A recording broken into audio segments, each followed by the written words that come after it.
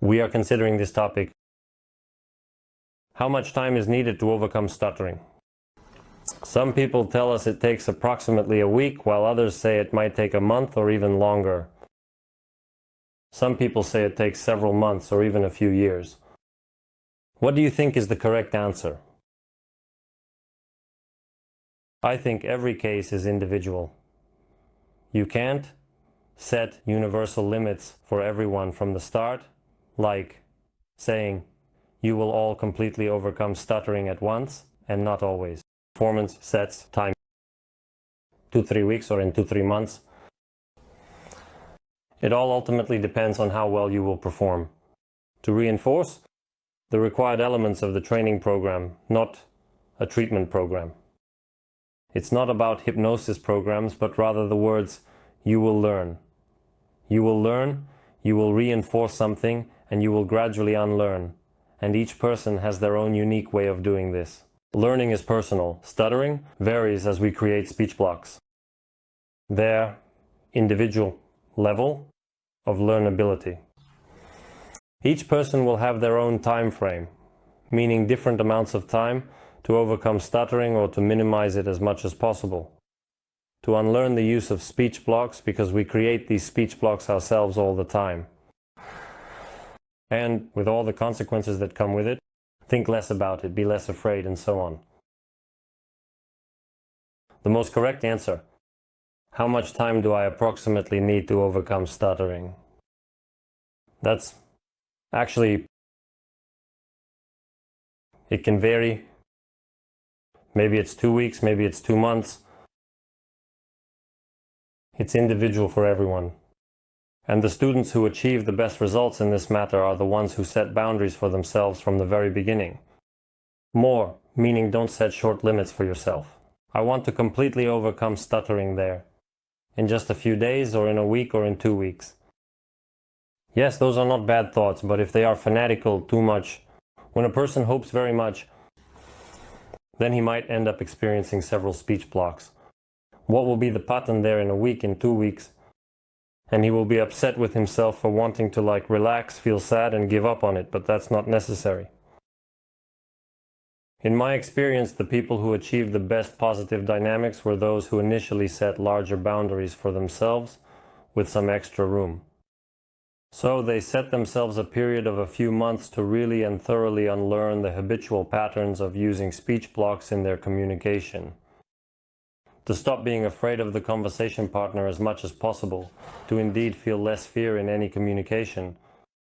Just while thinking about the subject of speech and even not thinking about it, not even a little. About managing the speech apparatus.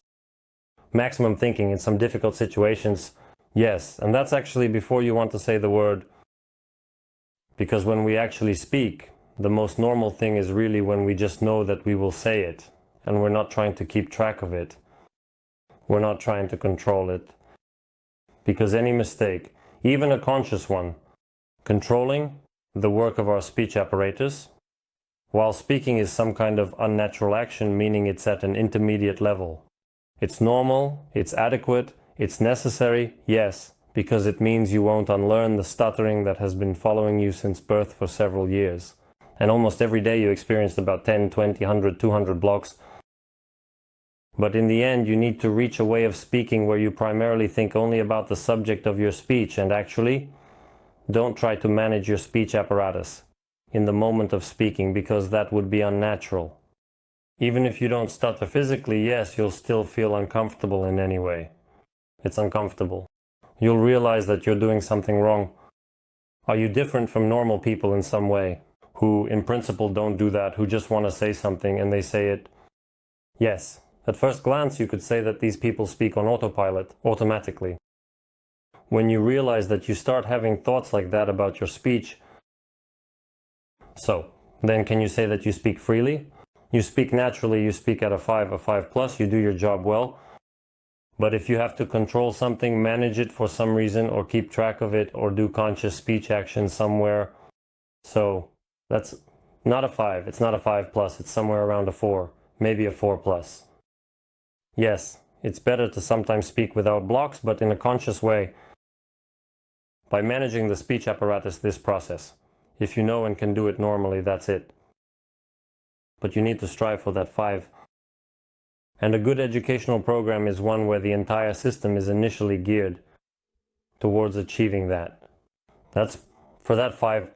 And even better, aim for an A+. I know this market pretty well.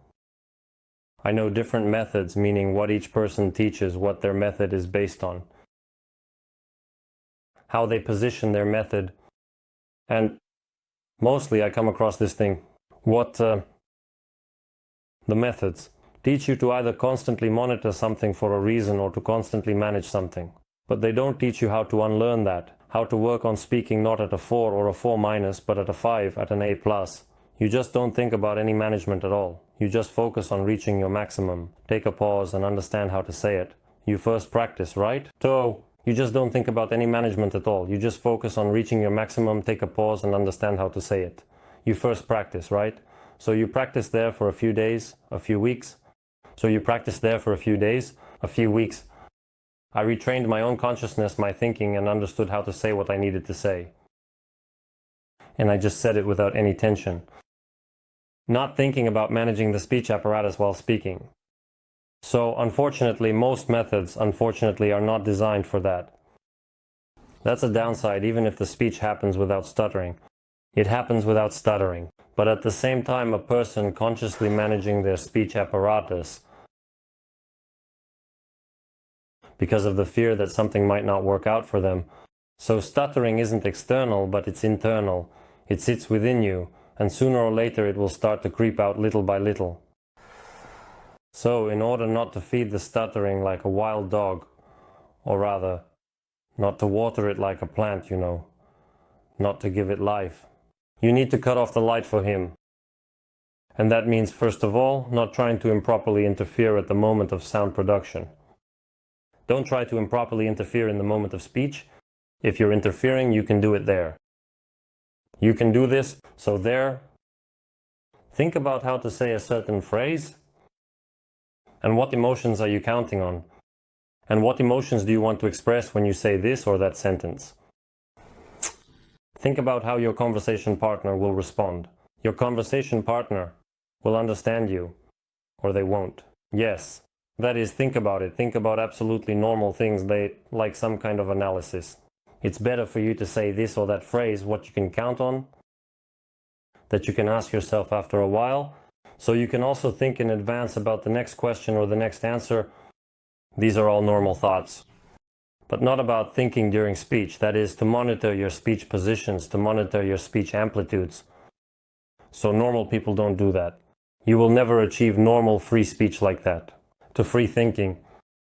So guys who claim that they've gotten rid of stuttering, or someone says something on behalf of someone else, for example, he helped get rid of stuttering.